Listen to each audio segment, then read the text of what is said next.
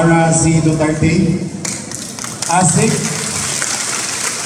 Alma Robinson Torrio, the working governor of the province of Misamis Occidental, Attorney Henry S. Waminal, and the richness of our cultural heritage. As I welcome everyone, let me acknowledge those who have poured their hearts and souls into the respective events, our young learners, and the respective coaches.